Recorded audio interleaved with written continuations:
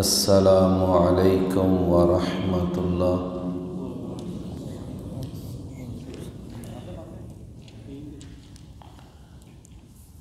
آج سبق نمبر 19 جو سورۃ الانشراح پر مشتمل ہے وہ انشاءاللہ آج ہم پڑھیں گے۔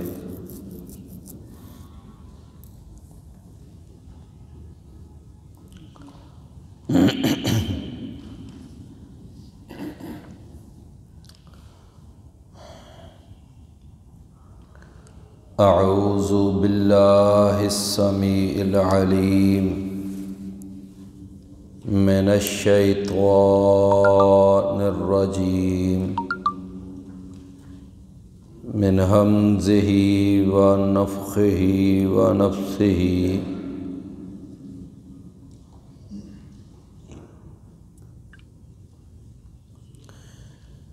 بسم اللہ الرحمن الرحیم۔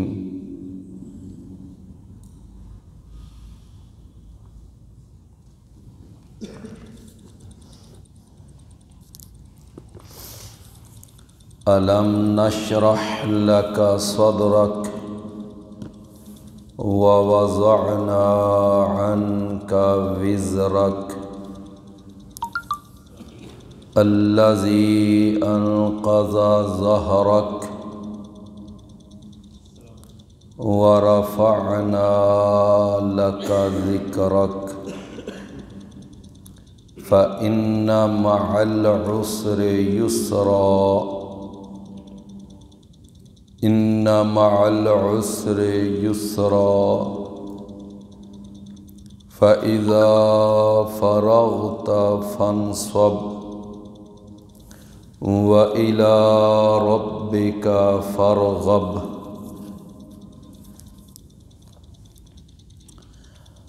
الم نشرح لك صدرک، کیا نہیں ہم نے کھول دیا آپ کے لیے آپ کے سینے کو،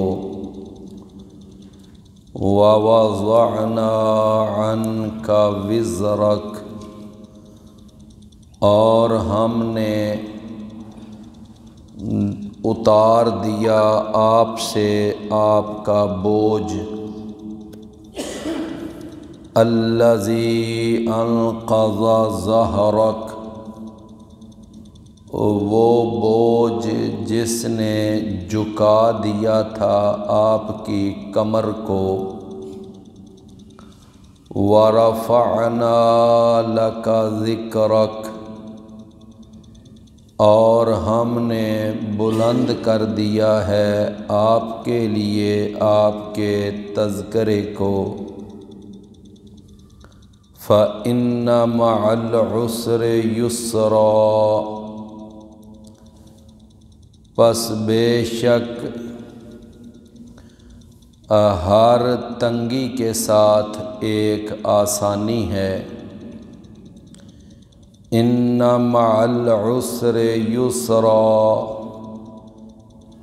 بے شک ہر تنگی کے ساتھ ایک آسانی ہے، فإذا فرغت فانصب، پس جب آپ فارغ ہو جائیں تو آپ خوب محنت کریں، وَإِلَىٰ رَبِّكَ فَارْغَب، اور اپنے رب کی طرف پس آپ راغب ہو جائیں۔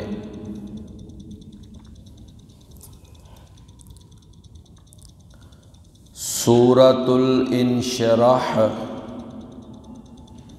اس کا یہ نام اس لیے ہے کہ اس کی پہلی ہی آیت میں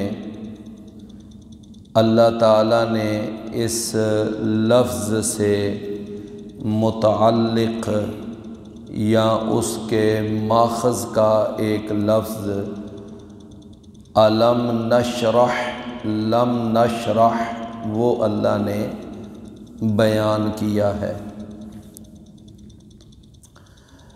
الانشراح کا معنی ہوتا ہے کہ سینے کا کھل جانا، سینے کا منور ہو جانا، اور شرح صدر اس کا معنی کہ سینے کا کشادہ ہو جانا۔ تو اللہ تعالیٰ نے اس صورت میں چونکہ نبی کریم صلی اللہ علیہ وسلم کے شرح صدر کا تذکرہ فرمایا ہے، تو اس لیے اس کا نام ہے سورۃ الانشراح۔ اس سے پہلے جو صورت گزری ہے سورۃ الضحیٰ، جو ہم نے پچھلے سبق میں پڑھی تھی، اس صورت میں اللہ تعالیٰ نے اپنے پیارے پیغمبر سید الاولین والآخرین امام الانبیاء والمرسلین امیر الجہاد والمجاہدین امام اعظم قائد اعظم مرشد اعظم مجاہد اعظم جناب محمد الرسول اللہ صلی اللہ علیہ وسلم کو 3 نعمتوں اور 3 احسانات کے ملنے کا تذکرہ فرمایا تھا کہ اے نبی، ہم نے آپ کو یہ نعمتیں عطا فرمائی ہیں۔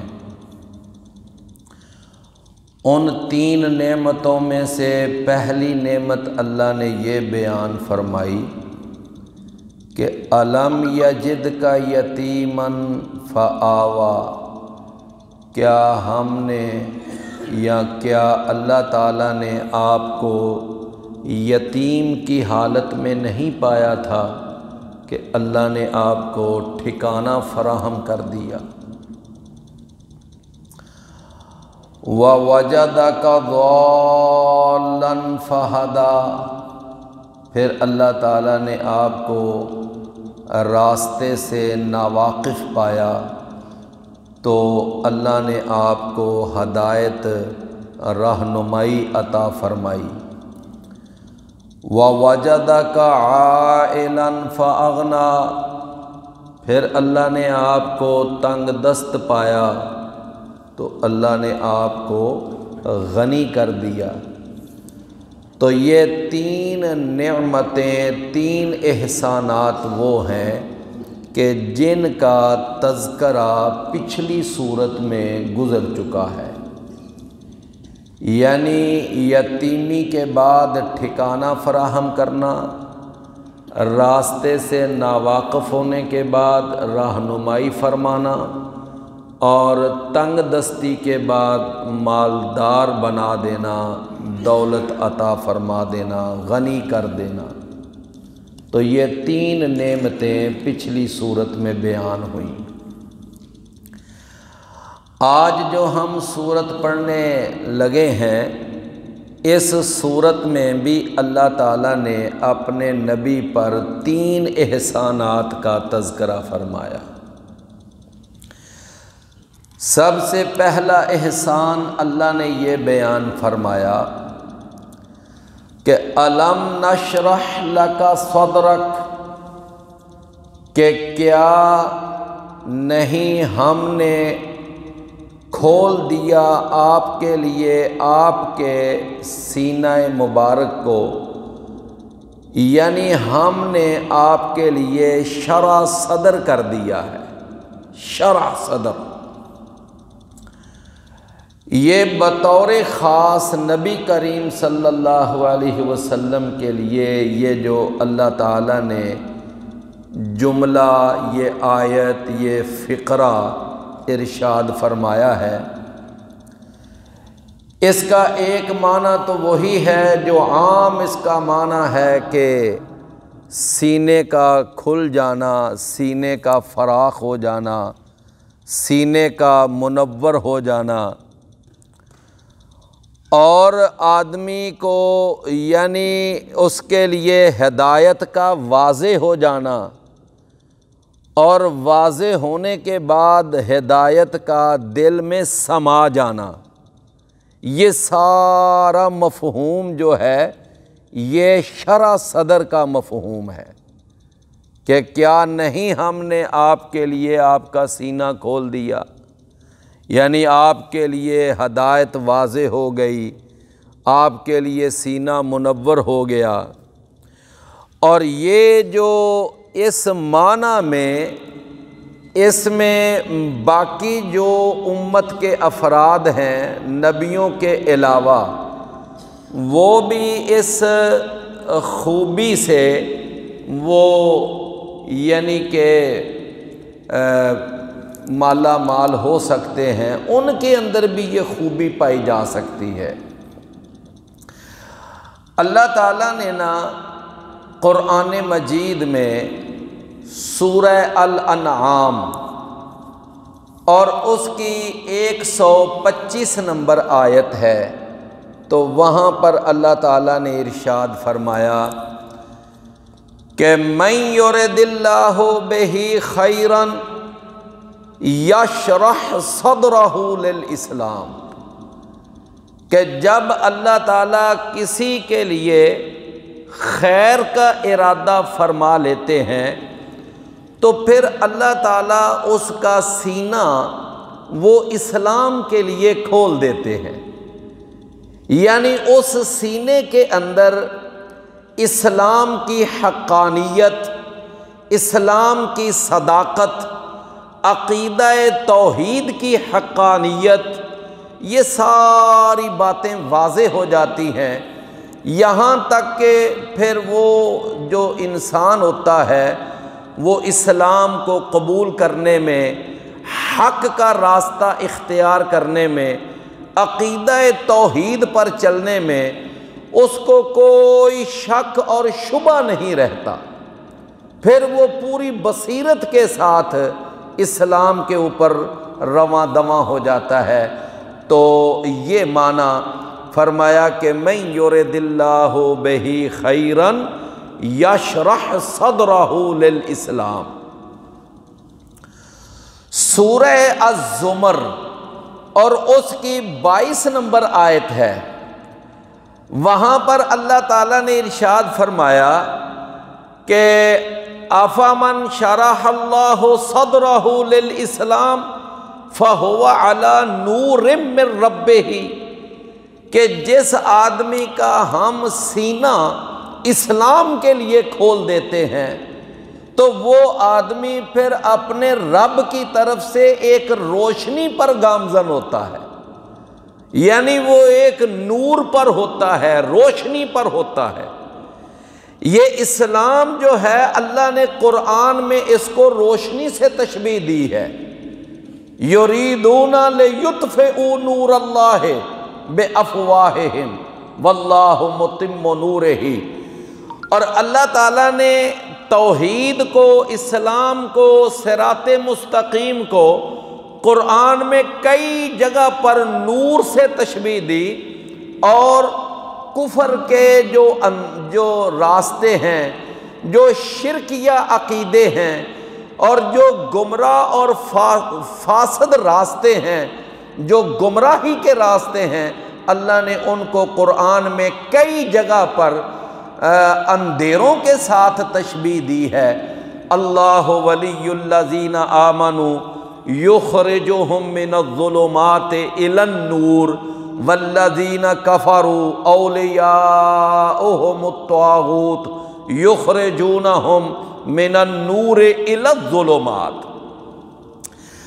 تو اللہ نے ارشاد فرمایا کہ جب اللہ کسی کو اسلام کے لیے سینہ کسی کا کھول دیتا ہے نا، فَهُوَ عَلَى نُورٍ مِّن رَبِّهِ، تو وہ پھر اپنے رب کی طرف سے ایک واضح روشنی پر پھر گامزن ہوتا ہے۔ اسی طرح اللہ تعالیٰ نے سورہ الحجرات اس کے اندر ارشاد فرمایا کہ وَاعْلَمُوا أَنَّ فِيكُمْ رَسُولَ اللَّهِ لَوْ يُطِيعُكُمْ فِي كَثِيرٍ مِّنَ الْأَمْرِ لَعَنِتُّمْ وَلَكِنَّ اللَّهَ حَبَّبَ إِلَيْكُمُ الْإِيمَانَ وَزَيَّنَهُ فِي قُلُوبِكُمْ وَكَرَّهَ إِلَيْكُمُ الْكُفْرَ وَالْفُسُوقَ وَالْعِصْيَانَ۔ فرمایا کہ یاد رکھو کہ اللہ کا پیغمبر، اللہ کا رسول محمد کریم صلی اللہ علیہ وسلم کی شکل میں ابھی تو وہ تمہارے درمیان موجود ہے۔ جب تک آپ زندہ تھے آپ صحابہ کے درمیان موجود رہے، آپ ان کے ساتھ نمازیں پڑھتے، ان کے ساتھ کھانا کھاتے، ان کے ساتھ اٹھتے بیٹھتے، ان کے ساتھ آپ مارکوں میں جاتے، حج اور عمرے کا سفر ان کے ساتھ کیا۔ لیکن جب آپ دنیا سے وفات پا گئے، چلے گئے، تو پھر اب اللہ کے رسول جسمانی طور پر اب صحابہ کے درمیان نہیں تھے۔ تو اس وقت یہ آیت نازل ہوئی جب اللہ کے رسول باقاعدہ صحابہ کے درمیان موجود تھے۔ فرمایا وَاعْلَمُوا، تم جان لو کہ ان فیکم رسول اللہ، تم میں اللہ کا رسول موجود ہے۔ لو یطیعکم فی کثیر من الامر، اگر وہ بہت زیادہ معاملات میں تمہاری باتیں ماننے لگ جائے، لعنتم، تو اس کا لازماً نتیجہ نکلے گا کہ تم مشکل میں پڑ جاؤ گے، تم مشقت میں پڑ جاؤ گے۔ اگر تم نبی کو اپنے پیچھے لگانے کی کوشش کرو گے تو مشکلات کا شکار ہوں گے، اگر تم نبی کے پیچھے لگو گے تو تم آسانی اور سہولت میں رہو گے۔ فرمایا اللہ تعالیٰ نے لیکن تمہارے اوپر بڑا کرم کیا ہے، وَلَكِنَّ اللَّهَ حَبَّبَ إِلَيْكُمُ الْإِيمَانَ، اللہ نے ایمان کو تمہاری طرف محبوب کر دیا، وَزَيَّنَهُ فِي قُلُوبِكُمْ، اور تمہارے دلوں میں اللہ نے اس کو مزین کر دیا، وَكَرَّهَ إِلَيْكُمُ الْكُفْرَ وَالْفُسُوقَ وَالْعِصْيَانَ، اور اللہ تعالیٰ نے ہر قسم کی نافرمانی، ہر قسم کا کفر، ہر قسم کا فسق و فجور جو ہے وہ تمہاری طرف ناپسند کر دیا ہے۔ تو یہ ساری کیفیت ایمان کا محبوب ہو جانا، دلوں میں مزین ہو جانا، کفر، نافرمانی اور فسق و فجور کا دل میں ناپسندیدہ ہو جانا، یہ ساری علامت ہے شرح صدر کی۔ یہ ساری علامت ہے کس کی؟ یہ شرح صدر کی علامت ہے۔ فرمایا کہ یہ ساری ایک شرح صدر کی دلیل ہے۔ رسول اکرم نبی مکرم جناب محمد الرسول اللہ صلی اللہ علیہ وسلم نے فرمایا، یہ صحیح بخاری میں حدیث ہے، اور سیدنا امیر معاویہ رضی اللہ عنہ وہ اس حدیث مبارکہ کے راوی ہیں، وہ اس حدیث کو بیان کرتے ہیں۔ فرماتے ہیں کہ نبی کریم صلی اللہ علیہ وسلم نے فرمایا، مَن یُرِدِ اللَّهُ بِهِ خَیْرًا یُفَقِّهُ فِی الدِّین، کہ جب اللہ کسی کے ساتھ خیر کا ارادہ کر لیتا ہے تو اللہ اس کو پھر دین کی سمجھ عطا کر دیتا ہے۔ تو میرے بھائیوں، شرح صدر کا ایک معنی، پہلا معنی یہ ہے کہ انسان کے سینے کا ہدایت کے لیے، اسلام کے لیے، ایمان کے لیے اور صحیح عقیدے کے لیے سینے کا کھل جانا اور انسان کا اس ہدایت کو اپنا لینا، ایمان کو قبول کر لینا، اسلام پر چل پڑنا، یہ سارا معنی کیا ہے؟ شرح صدر۔ کیا ہے؟ شرح صدر۔ بعض اوقات ایسا ہوتا ہے کہ بندے کو ایک بات جو ہے نا وہ واضح نہیں ہو رہی ہوتی. آپ دیکھیں سیدنا یعنی یہ جو شرح صدر ہے نا، پھر اللہ تعالیٰ جب کسی کے ساتھ خیر کا ارادہ فرماتے ہیں نا تو پھر اللہ اس کے لیے ہدایت کے اسباب بھی پیدا کر دیتے ہیں.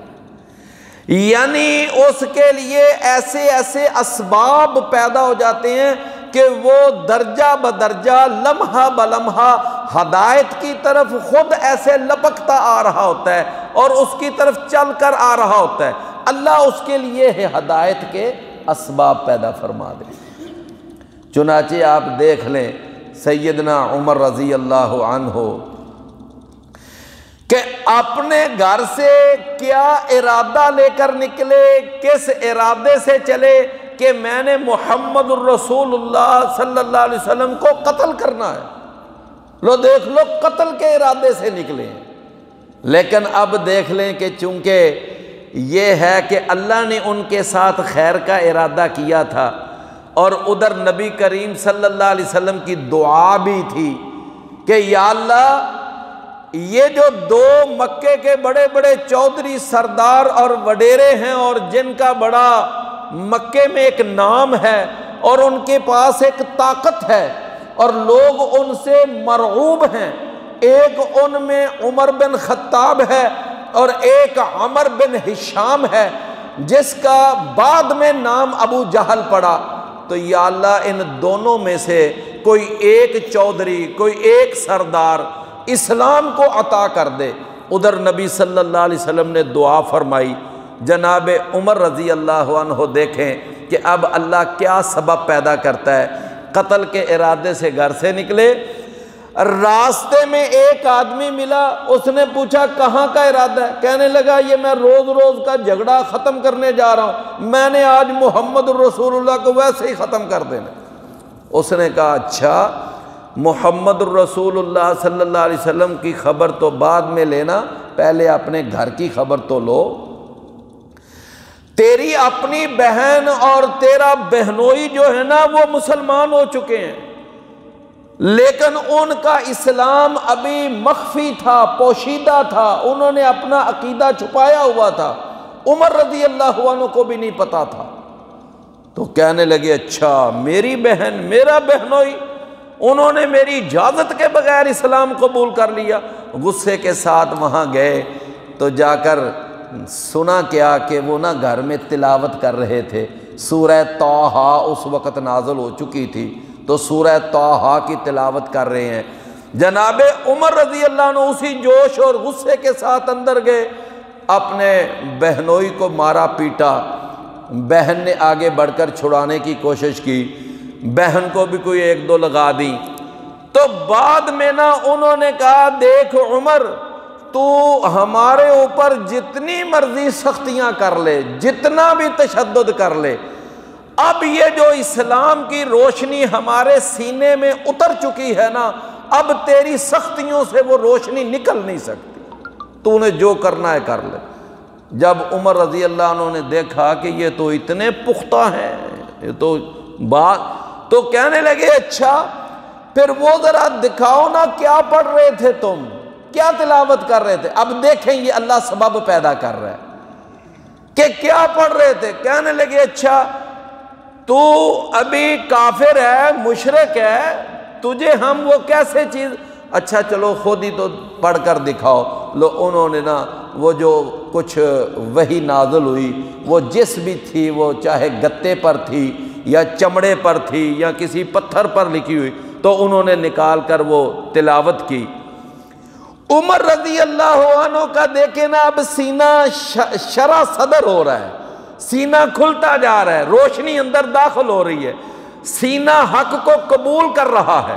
کہنے لگے اچھا یہ تو بڑی عمدہ کلام ہے، بڑا اچھا کلام ہے، بڑی خوبصورت باتیں ہیں اس کے اندر. میرے پیارے بھائیوں یہ ہے ایک شرح صدر کی مثال. فوراً کہنے لگے کہ میرا تو دل چاہتا ہے میں بھی مسلمان ہو جاؤں.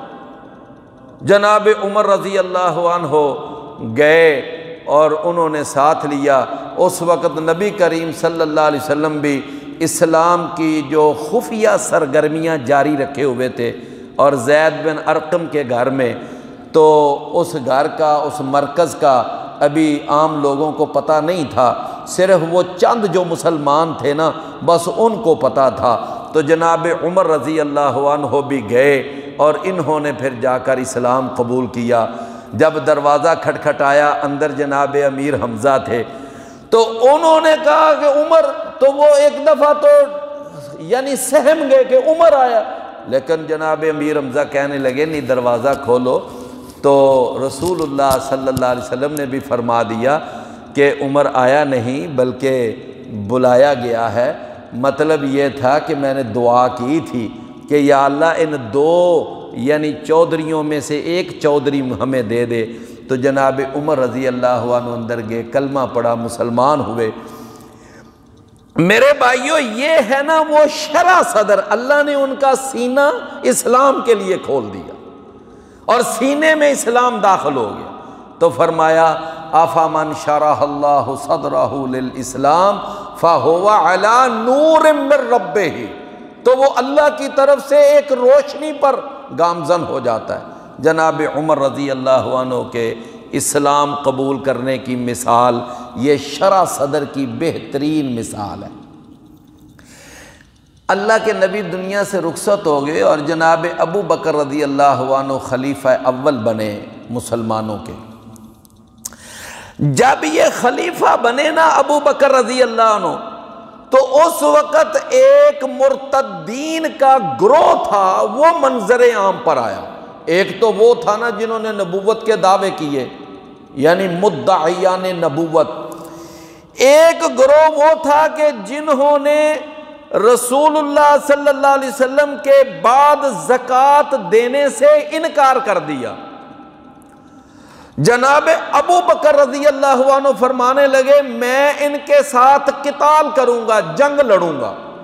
سیدنا عمر رضی اللہ عنہ گئے تو جا کر ان سے بحث کرنے لگے، کہنے لگے اے ابو بکر تو ان سے کیسے تلوار کے ساتھ جنگ کرے گا، کیسے تلوار اٹھائے گا، تو ان کو کیسے قتل کرے گا؟ وہ تو لا الہ الا اللہ پڑھتے ہیں، وہ تو نمازیں بھی پڑھتے ہیں، صرف جا کر انہوں نے زکوٰۃ کا انکار کیا ہے نا، تو ان کلمہ پڑھنے والوں کے خلاف، نماز پڑھنے والوں کے خلاف کیسے تو قتال کرے گا؟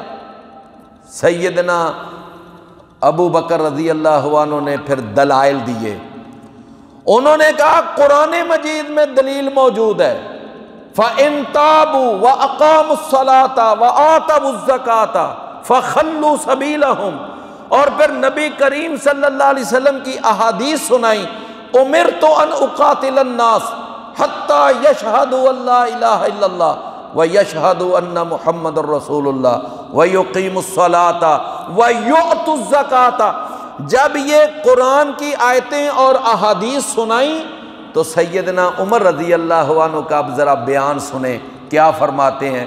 فرماتے ہیں جب میں نے یہ دلائل سنے نا ابو بکر رضی اللہ عنہ سے، تو اللہ نے میرا بھی سینہ کھول دیا، اللہ نے میرا بھی سینہ کھول دیا۔ مطلب کیا کہ وہ جو صحیح موقف تھا نا ابو بکر رضی اللہ عنہ کا، وہ اللہ نے مجھے بھی سمجھا دیا، میرا بھی سینہ کھل گیا، مجھے بھی صحیح موقف سمجھ آ گیا کہ ہاں ابو بکر رضی اللہ عنہ جو بات کہتے ہیں نا کہ ان زکوٰۃ نہ دینے والوں کے خلاف جنگ لڑنی چاہیے، یہ ابو بکر کا موقف ٹھیک ہے۔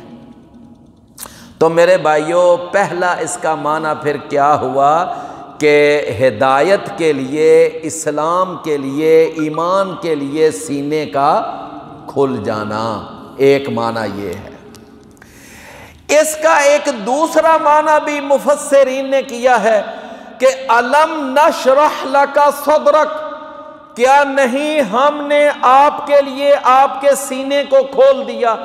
اس سے مراد مفسرین نے رسول اللہ صلی اللہ علیہ وسلم کا وہ شق صدر مراد لیا ہے۔ شق کا معنی کیا ہوتا ہے؟ یعنی کسی چیز کو پھاڑنا، کسی چیز کو چیر دینا، اور صدر کا معنی سینہ، یعنی نبی صلی اللہ علیہ وسلم کا 2 دفعہ سینہ مبارک آپ کا یعنی اس کو چیرا گیا، اس کو کٹ دیا گیا 2 دفعہ۔ ایک دفعہ اس وقت جب آپ کی عمر مبارک 4تھے سال میں تھی، یعنی 3 سال مکمل ہو گئے تھے، 4تھے سال میں آپ داخل ہو گئے تھے، اور اس وقت اللہ کے نبی اپنی ابھی زندگی وہ سیدہ حلیمہ سعدیہ ابھی ان کے پاس گزار رہے تھے، ابھی وہاں پر ان کا بچپن گزر رہا تھا۔ تو وہاں پر ایک دفعہ آپ بکریاں چرانے کے لیے گئے ہوئے تھے، اور آپ کے ساتھ آپ کا رضائی بھائی بھی تھا، تو وہاں پر 4تھے سال میں آپ کی عمر تھی۔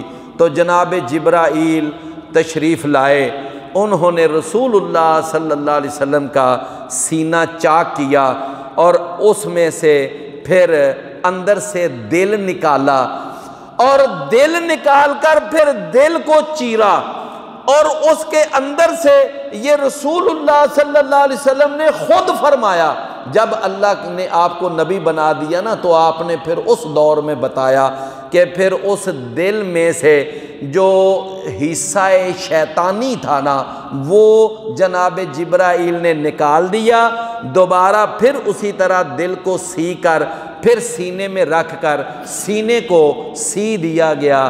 یہ پہلا جو رسول اللہ صلی اللہ علیہ وسلم کا شق صدر ہوا، یہ پہلا شق صدر تھا کہ اندر سے دل نکالا گیا، اور وہ دل میں سے حصہ باہر نکال دیا گیا، جو کس کا حصہ تھا؟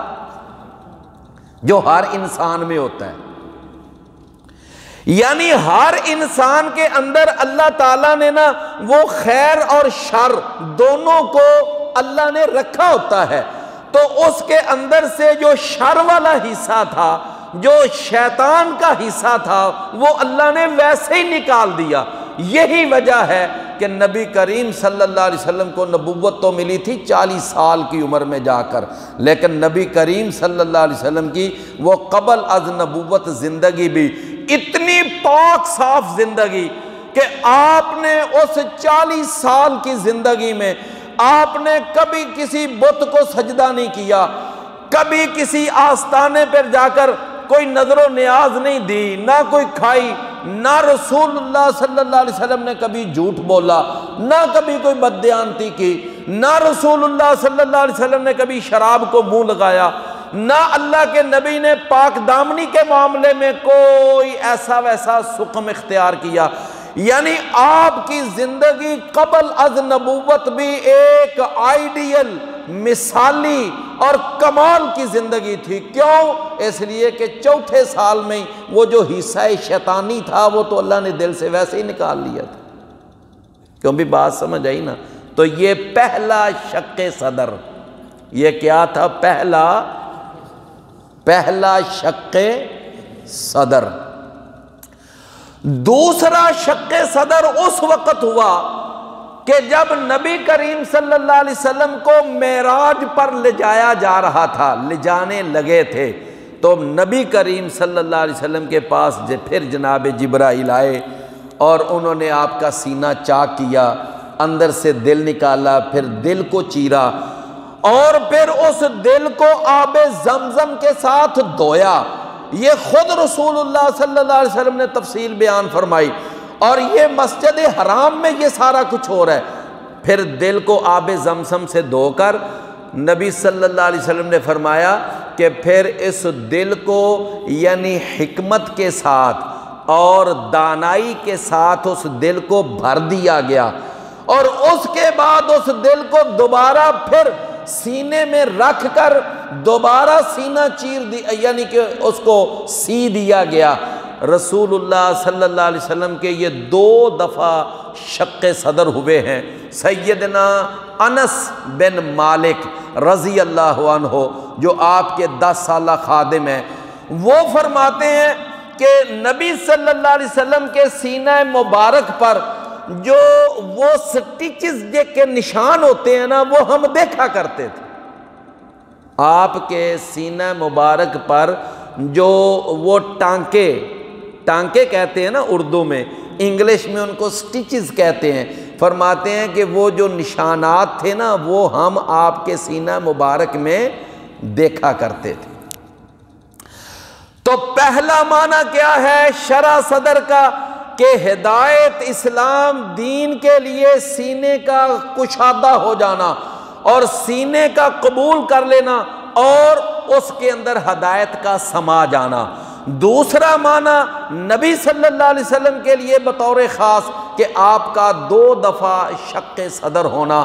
پہلا شق صدر ہوا تو دل چیر کر اندر سے شیطان کا حصہ نکالا گیا، اور دوسرا شق صدر ہوا تو آب زمزم کے ساتھ دھو کر اس کے اندر اللہ نے حکمت کو بھر دیا۔ اس کے اندر کس کو بھر دیا؟ حکمت کو۔ یہ 2 دفعہ شق صدر ہوا رسول اللہ صلی اللہ علیہ وسلم۔ فرمایا اس کے بعد وَوَضَعْنَا عَنْكَ وِزْرَكَ، دوسرا احسان یہ ہم نے کیا کہ آپ سے آپ کا جو بوجھ تھا نا ہم نے وہ اتار دیا، وہ بوجھ ہلکا کر دیا۔ وہ بوجھ کیا کر دیا؟ اب اس کے بھی 2 معانی ہیں۔ ایک معنی یہ ہے کہ نبی صلی اللہ علیہ وسلم کے بارے میں نے ابھی وضاحت کی ہے 1 منٹ پہلے کہ نبی صلی اللہ علیہ وسلم کی جو قبل از نبوت زندگی تھی نا وہ بھی ایک بڑی کمال کی زندگی تھی، بڑی بہترین زندگی تھی۔ آپ نے اس زندگی کے اندر بھی کوئی کسی قسم کا کوئی فول پلے نہیں کیا تھا۔ آپ نے نہ کبھی شرک کیا، نہ آپ نے کبھی کوئی گانے سنے، نہ کوئی میوزک سنا، نہ کوئی شراب پی، نہ کبھی جوا کھیلا۔ آپ کی جو قبل از نبوت زندگی ہے وہ ایک بہترین زندگی تھی، لیکن اس کے باوجود رسول اللہ صلی اللہ علیہ وسلم کو 40 سال تک وہ جو ایک عبادت کا معروف تصور اور اس کا جو طریقہ ہے نا وہ ابھی نبی صلی اللہ علیہ وسلم کو معلوم نہیں تھا، شریعت کے احکام آپ کو معلوم نہیں تھے۔ یہ بات تو سمجھتے ہیں نا آپ؟ بھئی جب وحی نازل ہونا شروع ہوئی تو تب جا کر اللہ تعالیٰ نے نبی صلی اللہ علیہ وسلم کو شریعت کے احکام بتائے، عقیدے کے سارے اسباق بتائے، اور پھر پہلے انبیاء کے حالات بتائے، اور پھر جا کر رسول اللہ صلی اللہ علیہ وسلم کو بہت سارے جو ہدایات اور تعلیمات کا پتہ چلا۔ ان ہدایات اور تعلیمات کا قبل از نبوت پتہ نہیں تھا، قبل از نبوت ان کا علم نہیں تھا، اور یہ قرآن مجید میں بھی ہے سورہ العنکبوت۔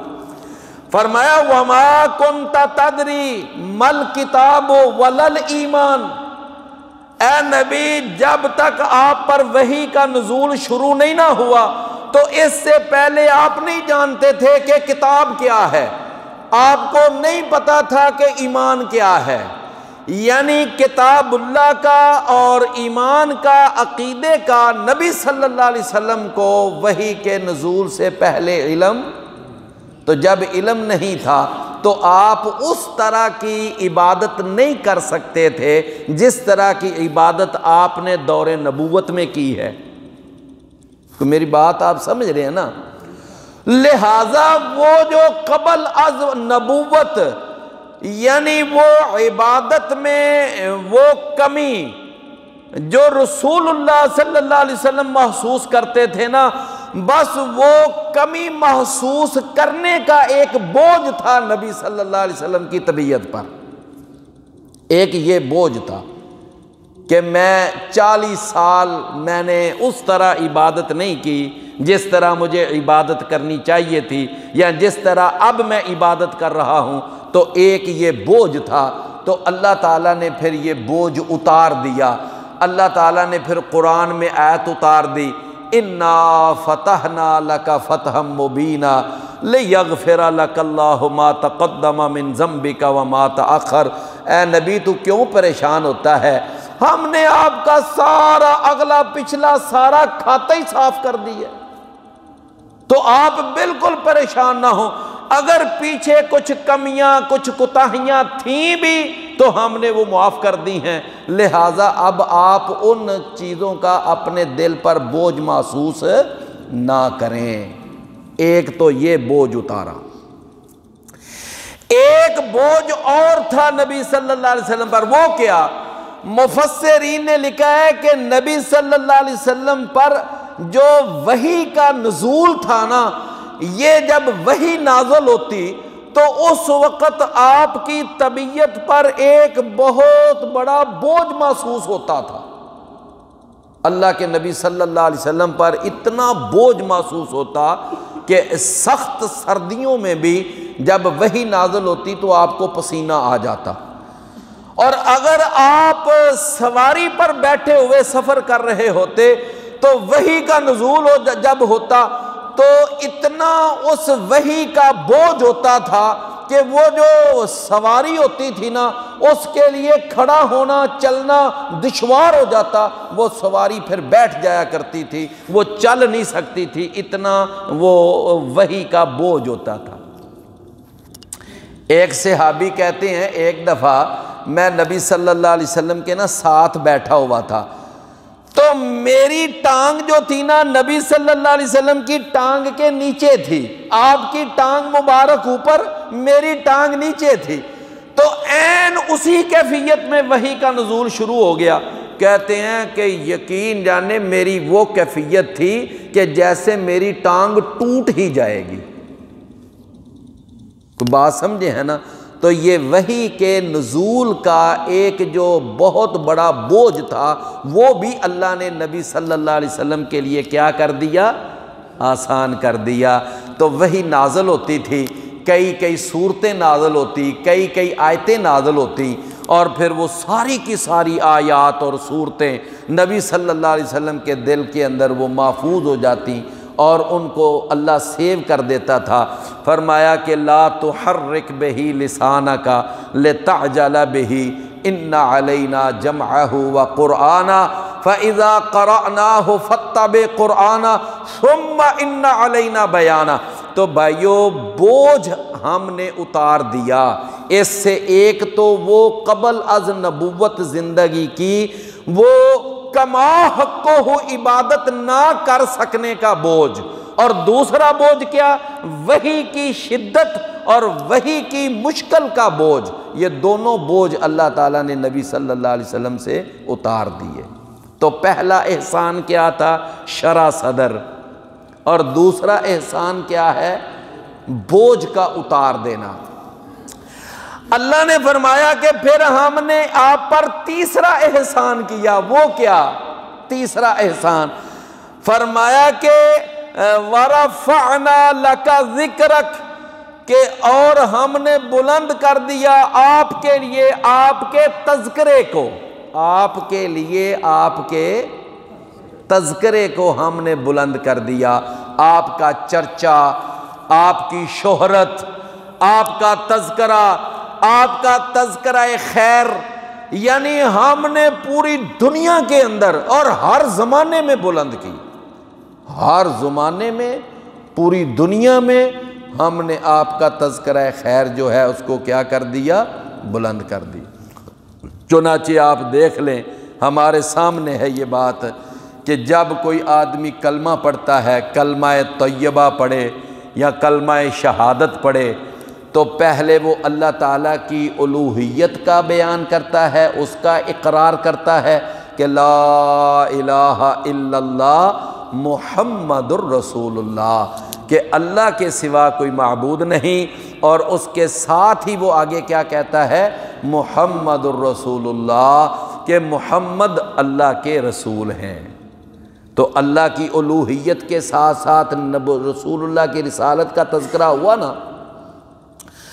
اب پوری کائنات کے اندر جہاں جہاں کوئی کلمہ پڑھتا ہے، کوئی بھی کلمہ شہادت یا کلمہ طیبہ پڑھتا ہے، تو اللہ کے تذکرے کے ساتھ ساتھ رسول اللہ کا تذکرہ بھی ہوتا ہے۔ اس کے ساتھ دوسری اس کی دلیل دیکھیں کہ جب کوئی بھی دنیا میں مؤذن آذان دیتا ہے، تو مؤذن جب آذان دیتا ہے تو آذان کے اندر وہ جہاں اللہ کی کبریائی اور اللہ کی الوہیت کا اعلان کرتا ہے تو وہاں ساتھ وہ رسول اللہ صلی اللہ علیہ وسلم کی رسالت کی بھی گواہی دیتا ہے، اشہد اللہ الہ الا اللہ و اشہد ان محمد رسول اللہ۔ اچھا، اس کے بعد پھر آپ دیکھیں کہ جب مؤذن اذان سے فارغ ہوتا ہے، جماعت کھڑی ہونے لگتی ہے، تو اس وقت مقیم اقامت کہتا ہے۔ اقامت میں بھی وہی ترتیب ہے کہ پہلے اللہ کی الوہیت اور پھر رسول اللہ صلی اللہ علیہ وسلم کی رسالت۔ کیوں بھئی ایسا ہی ہے نا؟ تو کلمے میں بھی اللہ رسول، اذان میں بھی اللہ رسول، اور اقامت میں بھی اللہ رسول۔ اس کے بعد جب پھر نمازی نماز شروع کرتا ہے تو نماز کے اندر بھی وہ اللہ کی حمد، اللہ کی ثنا، اللہ کے لیے تحمید، اللہ کی تسبیحات اور یہ سارا کچھ بیان کرتا ہے۔ تو پھر نماز کے اندر وہ محمد کریم صلی اللہ علیہ وسلم پر درود و سلام بھی بھیجتا ہے، السلام علیک ایھا النبی اللہم صلی علی محمد۔ تو میرے بھائیوں، ہم نے دیکھا کہ ہر نماز دین کے ارکان میں یعنی اللہ کے ساتھ ساتھ رسول اللہ صلی اللہ علیہ وسلم کا تذکرہ خیر۔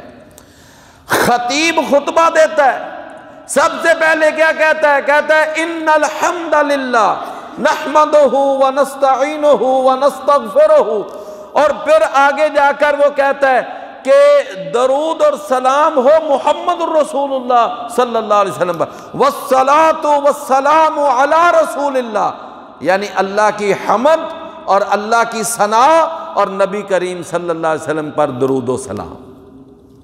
کیوں بھئی یہی ہے نا کہ کلمے میں بھی اللہ رسول، اذان میں بھی اللہ رسول، اقامت میں بھی اللہ رسول، نماز میں بھی اللہ رسول، خطبے میں بھی اللہ رسول۔ کل قبر کے اندر جانا ہے نا تو وہاں پر بھی یہ سوال ہونا ہے کہ تیرا رب کون ہے، تیرا نبی کون ہے؟ کیوں بھئی بات سمجھے نا؟ تو ہم یہ بات پورے دین کو آپ دیکھ لیں، بعض لوگوں نے تو اپنے طور پر اپنی اپنی من پسند شخصیات کو اسلام میں داخل کیا ہوا ہے۔ کسی نے علی رضی اللہ عنہ کو داخل کر لیا کہ علی ولی اللہ، اذان میں بھی ان کو شامل کر لیا، اپنے کلمے میں بھی ان کو شامل کر لیا، حالانکہ کلمے میں اللہ اور رسول ہے، تیسری کوئی ہستی نہیں۔ اور بعض لوگوں نے ویسے کلمے اور اذان میں تو شامل نہ کیا لیکن اپنی پریکٹیکل زندگی میں شامل کر لیا، کہا جی اللہ اور رسول اور اس کے بعد ہمارا فلاں امام، ہمارا فلاں امام۔ کسی نے امام ابو حنیفہ کو پکڑ لیا، کسی نے امام شافعی کو پکڑ لیا، کسی نے امام مالک کو پکڑ لیا، کسی نے امام احمد بن حنبل کو پکڑ لیا، کسی نے امام جعفر صادق کو پکڑ لیا، پھر بعض لوگوں نے اپنے اپنے پیر اور مرشد پکڑ لیے۔ حالانکہ میرے بھائیوں، پورے کا پورا دین وہ اللہ رسول کے اوپر ہے۔ اللہ تعالیٰ اس یعنی عبادت کے لائق ہے۔ عبادت کس کی کرنی ہے؟ اللہ کی۔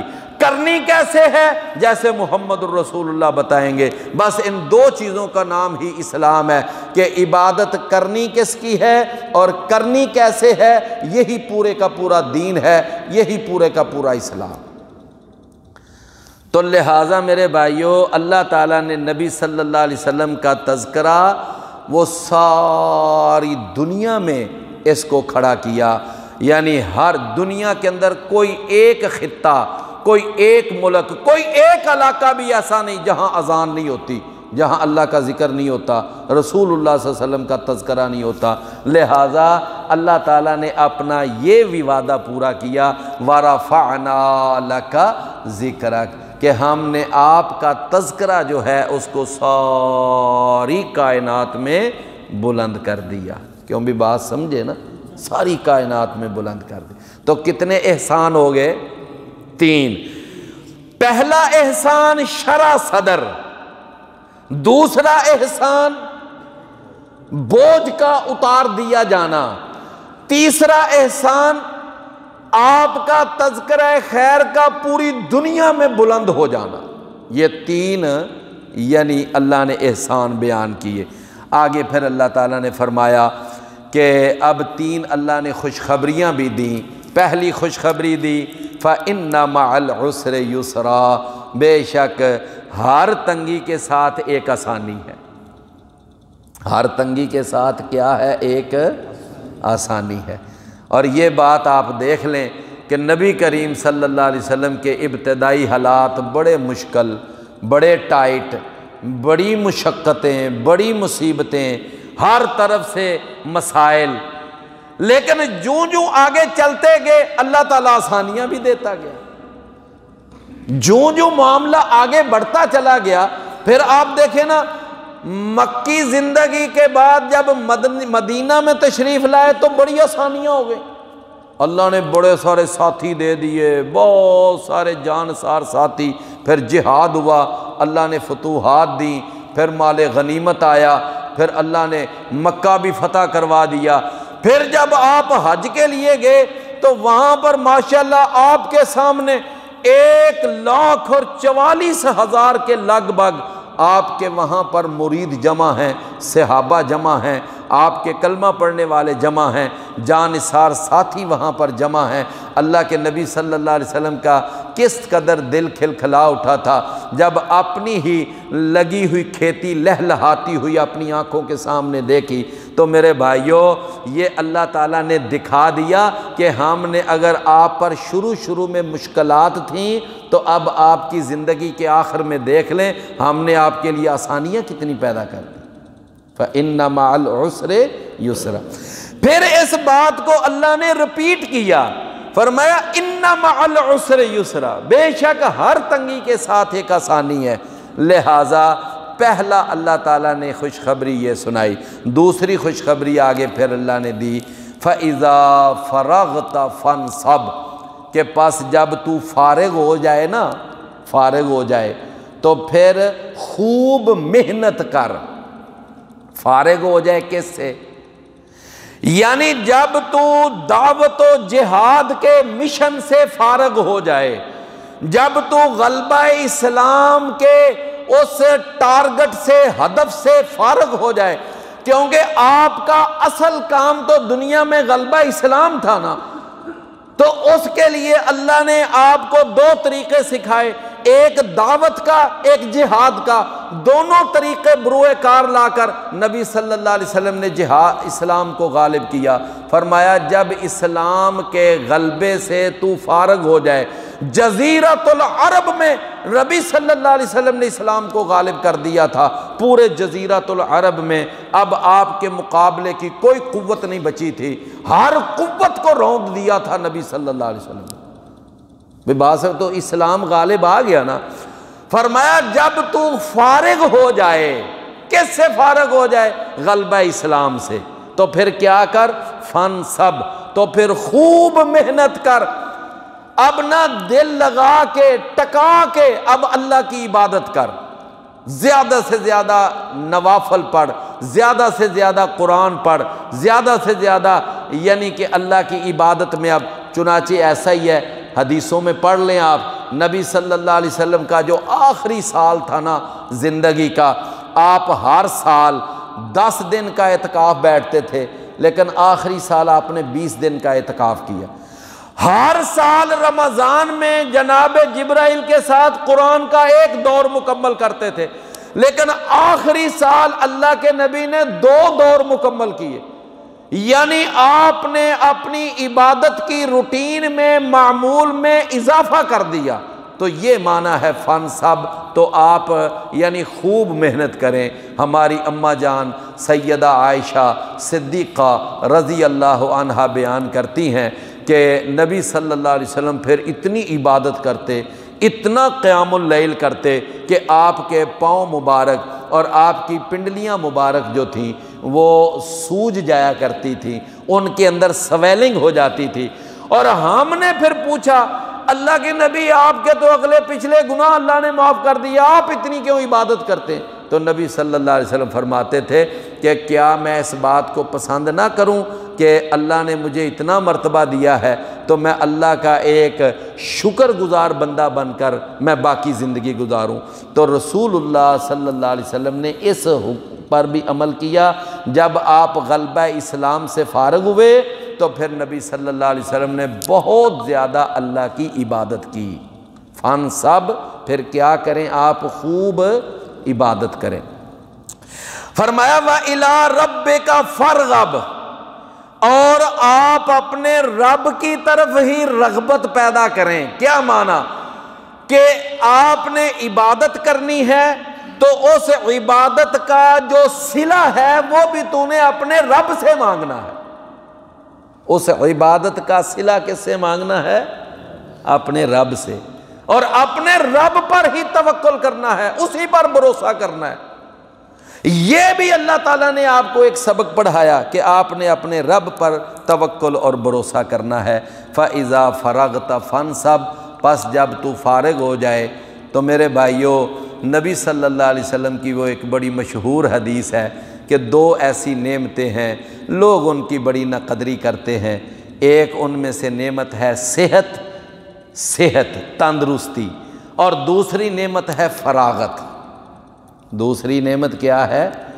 اور واقعتاً ایسا ہے، اللہ صحت دیتا ہے نا تو اس کو مستیوں میں گزار دیتے ہیں، پکنکوں میں اڑا دیتے ہیں، سیر سپاٹوں کی نظر کر دیتے ہیں، ٹھیک ہے میرے بھائیوں۔ وہ جو صحت والی زندگی ہے، اس زندگی میں بھی اللہ کی زیادہ سے زیادہ عبادت کرنے کی کوشش کرنی چاہیے۔ عبداللہ بن مسعود کہتے ہیں اگر کوئی صحت والی زندگی میں اللہ کی عبادت کرتا ہو نا، تو جب وہ بیمار ہو جائے، اب وہ صحت والی زندگی والی عبادت نہ کر سکے، تو اللہ تعالیٰ اس کو اجر اسی صحت والی زندگی کی عبادت کا دیتا ہے۔ کہ ایک وہ وقت تھا جب تیرے اوپر صحت تھی، تو تندرستی والا تھا، تو جس طرح اس وقت عبادت کرتا تھا نا، تو اب اگرچہ تو بیٹھ کر نمازیں پڑھ رہا ہے، تو اشارے سے نمازیں پڑھ رہا ہے، لیکن ہم تجھے اجر اسی نماز کا دیں گے جو تو تندرستی والی نماز پڑھا کرتا تھا۔ پھر رسول اللہ صلی اللہ علیہ وسلم نے فرمایا دوسری نعمت کیا ہے؟ فراغت۔ دوسری نعمت، کئی بھائیوں کو ہم نے دیکھا سارا دن جناب تاش کھیلتے رہتے، سارا دن تاش، سمجھے نا، کپڑا بچھایا ہوا ہے تاش کھیل۔ بعض لوگ جو ہیں وہ کیرم بورڈ پر اپنا سارا دن برباد کر دیتے ہیں، راتیں برباد کر دیتے ہیں۔ بعض لوگ موبائل لے کر پوری رات مختلف ٹک ٹاک پر مختلف ڈراموں اور فلموں کی نظر کر دیتے ہیں۔ میرے بھائیوں، لیکن ان کے پاس نماز کے لیے وقت نہیں ہے، نماز پڑھنے کے لیے وقت نہیں ہے، ذکر کے لیے وقت نہیں، صبح و شام کے اذکار کے لیے وقت نہیں، لیکن ان فضولیات کے لیے، لغویات کے لیے، ان خرافات کے لیے بڑا وقت ہے ان کے پاس۔ تو نبی کریم صلی اللہ علیہ وسلم نے فرمایا دو ایسی نعمتیں ہیں کہ بہت سارے لوگ ان نعمتوں کی ناقدری کرتے ہیں۔ ایک نعمت کیا ہے؟ تندرستی، اور دوسری نعمت کیا ہے؟ فراغت۔ فرمایا وَإِلَىٰ رَبِّكَ فَارْغَب، اپنے رب کی طرف آپ جو ہے نا وہ رغبت اختیار کریں۔